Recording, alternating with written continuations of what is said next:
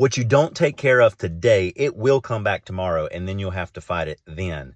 So you might as well take it out today. I had that thought when my wife was teaching preschool today at church. We were talking about Queen Esther. And of course, in the story of Queen Esther, there's the evil man Haman. Now, what's interesting about Haman is he's an Agag. He's an Amalekite. He's a descendant of King Agag, which we find out about in 1 Samuel 15, hundreds of years before. King Agag was supposed to be executed by King Saul according to the command of God, but King Saul didn't do it. Instead, he had a better idea.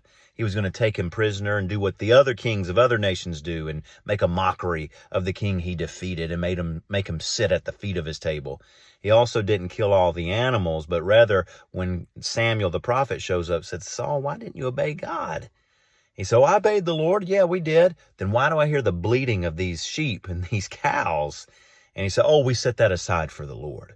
He made it sound very religious. Sometimes you can even make your excuses for not doing what you're supposed to do sound religious. But guess what? What you don't take care of today, King Agag, will come back even if it's 100 years later as Haman. Now, thankfully, Mordecai and Esther did what they were supposed to do, and Haman was taken care of. But what if King Saul had obeyed? There would be no Haman to come out hundreds of years later in the life of Queen Esther. Something to think about. When the Lord puts on your heart to take care of something in your life right now, get this thing out of your life. Get this thing, this habit, whatever you're doing, this thing that you may think, maybe you have a secret sin, which there's no such thing as secret sin because God sees it. But whatever it is, deal with it today. Because if you don't deal with it today, it will come back tomorrow.